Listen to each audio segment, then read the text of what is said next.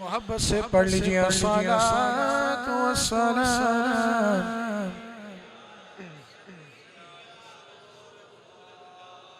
वअला आलिका व अस्हाबिका या सय्यदी। मिलके पढ़ लीजिए सल्लल्लाहु अलैका या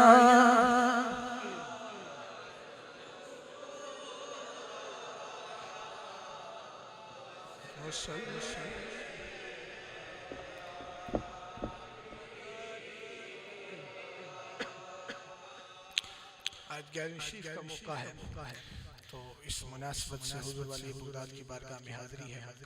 चंद अशार है, मैं चाहता ये हूँ कि आप सब उसमें शामिल हो जाएं। तो मोहब्बत से मिल के पढ़ लीजिए सरकार गौसे आज़म नज़रे करम खुदा। मिल के पढ़िए सरकार गौसे आज़म नज़रे करम खुदा सरकार नज़रे करम सरकार गौसे नज़रे करम खुदा मेरा खानी का सबर दो, मेरा खानी का सबर दो, मेरा खानी का सबर दो। मैं मुरीद हूँ तुम्हारा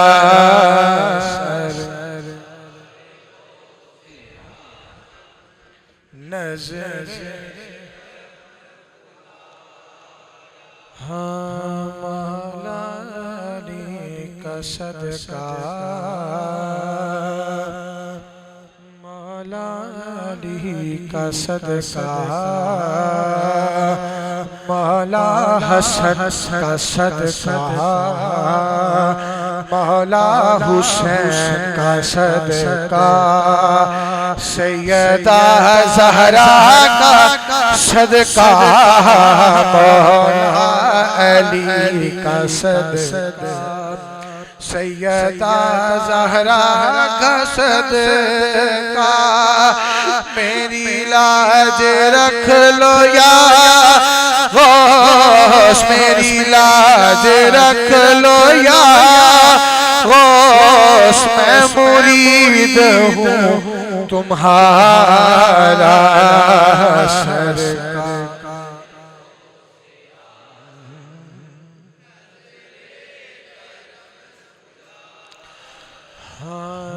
झोली को मेरी भर दो,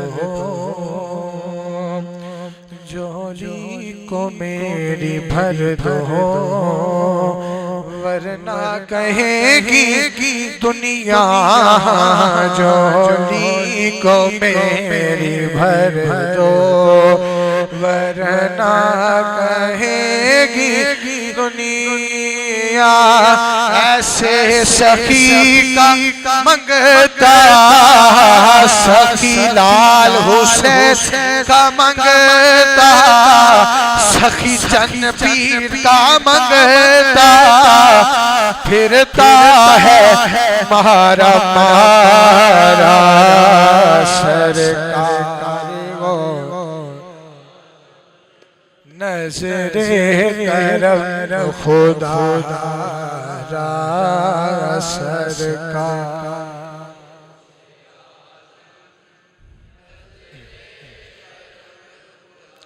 और आखिरी शेर, ये तेरा करम है या गौस,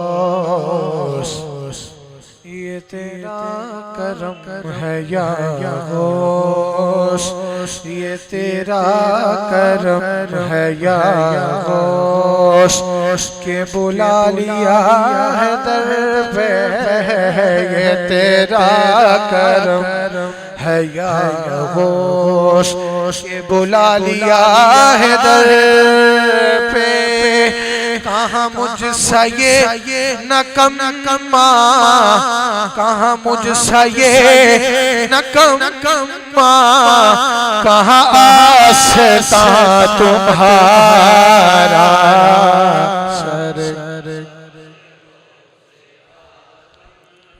नज़रे करम खुदा सरकार गौसे आज़म, नज़रे करम खुदा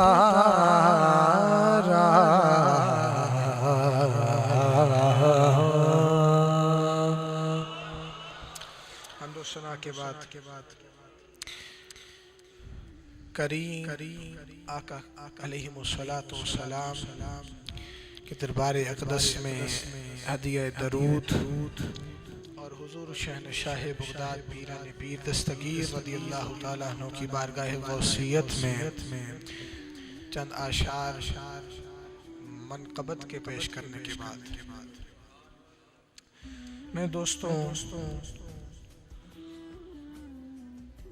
हुजूर आका करीम अलैहिस्सलातु वस्सलाम इरशाद फरमाया, हज़रत इब्ने मसऊद रज़ियल्लाहु ताला अन्हु रवायत करते हैं कि हुजूर इरशाद फरमाते हैं कि जो शख्स बराबर सच बोलता है और सच की ही फिक्र में रहता है, वो रब की बारगाह में सिद्दीक लिख लिया जाता है।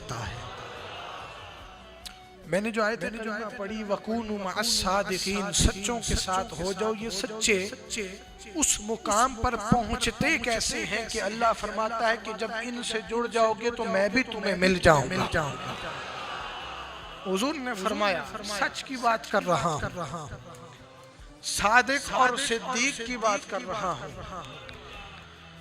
हुजूर ने फरमाया कि जो सच बोलता है हमेशा सच बोलता है और सच की ही फिक्र में रहता है, यानी हम वक्त इस फिक्र में रहता है कि कोई जुमला जुबान से ऐसा ना निकल जाए जो झूठ के जुमरा में हो।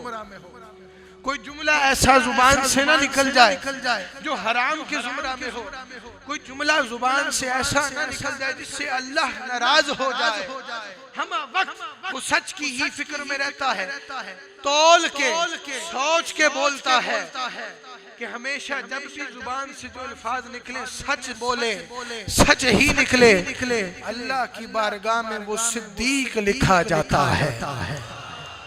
आइए उस सिद्दीक की बात करते हैं कि जितने भी सिद्दीक हैं, जितने भी सदाकत के मर्तबों पर फायज है, उस सिद्दीक अकबर की जिंदगी ऐसी है, उनकी शान ऐसी है कि उनकी शान का सदका सिद्दीकों को भी मिला है।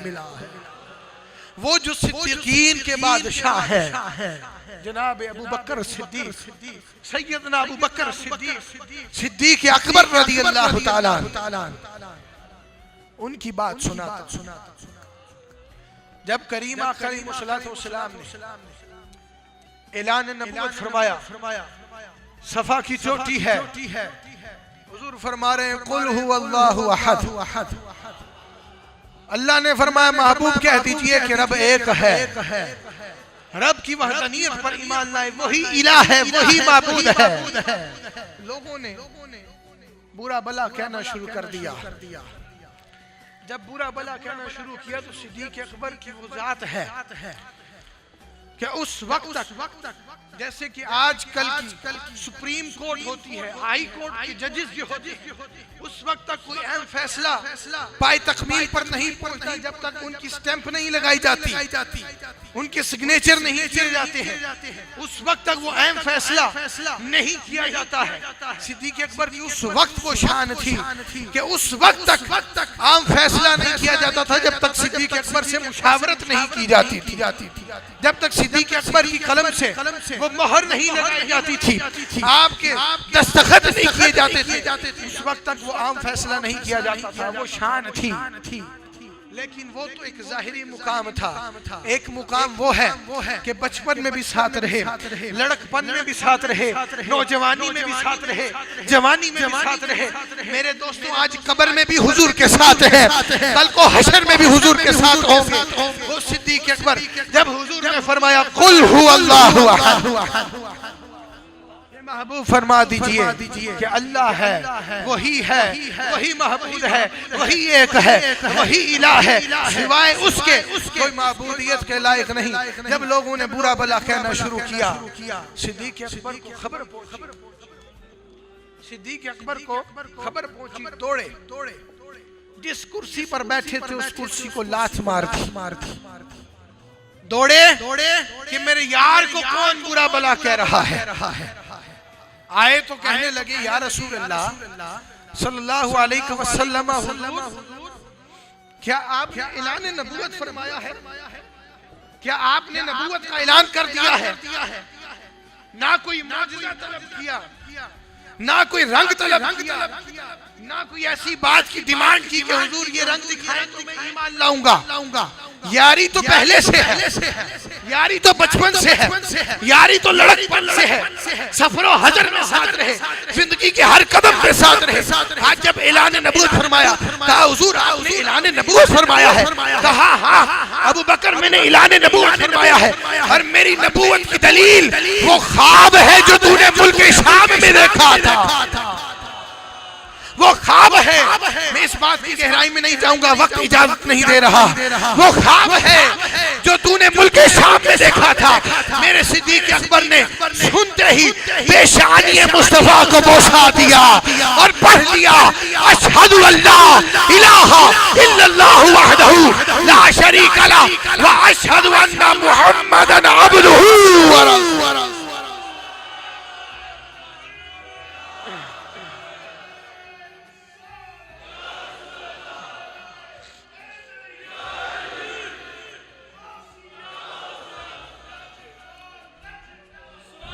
वकूनु मअस-सादिकीन, सच्चों के साथ हो जाओ। इन सच्चों को जिस सच्चे का सदका मिला है ये उस सच्चे की बात सुना रहा हूँ, उस सच्चे की बात सुना रहा हूँ जिसको फरिश्ते आसमानों में सिद्दीक कहते हैं, फरिश्ते आसमानों में सिद्दीक बोलते हैं। ये उस सच्चे की बात सुनाई है। तो हुजूर ने फरमाया, इब्ने मसऊद रवायत करते हैं कि जो शख्स सच बोलता है और सच की ही फिक्र में मुब्तला रहता है वो रब की बारगाह में सिद्दीक लिख दिया जाता है। सिद्दीक अकबर ने कोई मौजज़ा तलब नहीं किया था कि या रसूल अल्लाह सल्लल्लाहु अलैहि वसल्लम आप नबी हैं तो मौजज़ा दिखाएं, नहीं, हुजूर ने कह दिया आपने ईमान ले आए। आप जब ईमान लेकर आए तो अल्लाह ने कहा ये सिद्दीक अकबर हो गए, सिद्दीक अकबर हो गए। मेरे दोस्त बात को आगे लेकर चलता हूँ। 11वीं शरीफ है गौसे पाक की बारगाह, हुजूर वाली बगदाद की बारगाह में हाजिर देनी है। दाऊद अलैहिस्सलाम, अल्लाह ने वही नाज़िल फरमाई, ए दाऊद जो शख्स अपने दिल में मेरी तस्दीक करता है, पहला दर्जा वो जो मैंने सुना दिया कि जो सच बोले और सच की फिक्र में रहे वो सिद्दीक लिखा जाता है। दाऊद अलैहिस्सलाम पे अल्लाह ने वही नाज़िल फरमाया, दाऊद जो शख्स में अपने दिल में मेरी तस्दीक करता है मैं उसे खुल्लम खुल्ला लोगों में मशहूर कर देता, मैं उसे खुल्लम खुल्ला लोगों में मशहूर कर देता हूँ। आज जो आस्थाने आबाद है, जो वलियों की दरबार आबाद है, ये कोई मेरे तेरे आबाद किए हुए नहीं है। जब वो उनके दिल में अल्लाह की मोहब्बत पैदा हो जाती है और वो तस्दीक करके उस दर्जे कमाल पर अपने आप को फाइज करते हैं कि रब कहता है जुबान तेरी है बोलता मैं हूँ, आंख तेरी है देखता मैं हूँ, कान तेरे है सुनता मैं हूँ, कदम तेरे है चलता मैं हूँ, आए तू मेरी बारगाह में जिन हाथों से मांगता है वो मैं हूँ। जब उस मुकाम पर कोई शख्स अपने आप को, कोई अल्लाह का मोमिन बंदा अपने आप को जब पहुंचा देता है तो फिर अल्लाह फरमाता है मैं उसे खुल्लम खुल्ला लोगों में मशहूर कर देता हूँ। जब लोगों में मशहूर कर देता हूँ फिर रूमी कश्मीर की रूह तड़पती है। आप फरमाते हैं पीर मेरे दी, इस बात की तशरीह करते हैं। आप फरमाते हैं पीर मेरे दी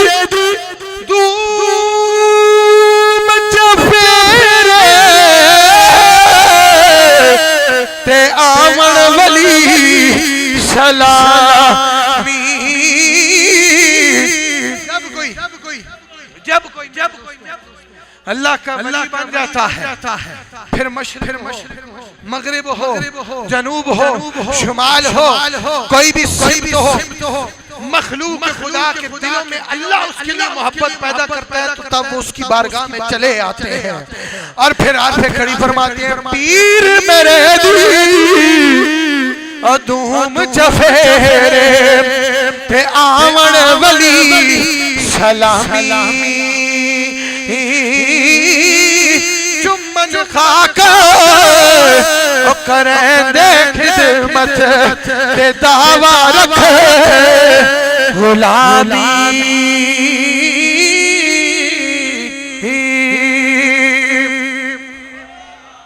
खुल्लम खुल्ला लोगों में मशहूर कर देता, खुल्लम खुल्ला अल्लाह फरमाता है मैं लोगों में उसको मशहूर कर देता हूँ जो दिल में सिद्क़ नियत से मेरी तस्दीक करता है। फिर वो लोगों में सादिक भी समझा जाता है, अमीन भी समझा जाता है। अब ये सच की बात आई और एक वो सच है जो सुनाने लगा हूं। इस बात से बात को जोड़ रहा हूँ क्योंकि कुरान फरमाता है वकूनू मअस-सादिकीन, सच्चों के साथ हो जाओ। कोई भी मर्तबा फाइज हुआ है हुजूर वाली बगदाद का सदका है, आपका करम है, आपका कदम है। और जिसने कदम गौस का इनकार किया कि मेरे कंधे पर उनका फैज नहीं, उनका कदम नहीं, वो वली रहता नहीं है। उस सच्चे की बात सुनाने लगा। बचपना है, नौजवानी है, सच सुना रहा कि सच्चे लोग अपने मुकाम को किस तरह हासिल करते हैं और सिद्दीक लिखे जाते हैं। बचपना है, इल्म हासिल करने का शौक दिल में पैदा हुआ। वालिदा साहिबा रज़ियल्लाहु ताला अन्हा की बारगाह में अर्ज करते हैं कि अम्मा हुजूर मुझे इजाजत फरमाए मैं बगदाद जाना चाहता तहसील इल्म के लिए, हसूल इल्म के लिए।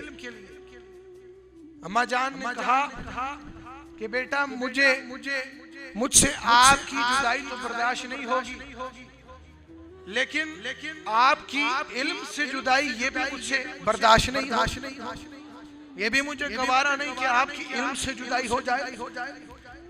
आपकी जुदाई में बर्दाश्त कर लूंगी, लेकिन आपकी इल्म से जुदाई ये मुझे गवारा नहीं है। वो से पाक अपनी वालिदा माजिदा की बारगाह में खड़े हैं और वालिदा ये अल्फाज इसलिए फरमा रही है कि जानती हैं कि अब जिंदगी में दोबारा कभी अपने लख्ते जिगर के चेहरे को नहीं देख सकूंगी। आजकल के तो दौर में दूर दराज मुल्क में भी जाना हो तो जहाजों के सफर है, गाड़ियों के सफर है, बड़ी बड़ी मशीनरीज आ गई है। उस दौर में ऐसे होते थे, लोग पैदल सफर किया करते थे, कई महीनों के सालों के सफर हुआ करते थे कि वापस आना नामुमकिन होता था। वालिदा जानती थी कि अब जिंदगी में दोबारा लख्ते जिगर के चेहरे को ना देख पाऊंगी। आपने इजाजत फरमा दी, कहा बेटा आपका शौक है, आपको इजाजत है, आप जाएं इल्म हासिल।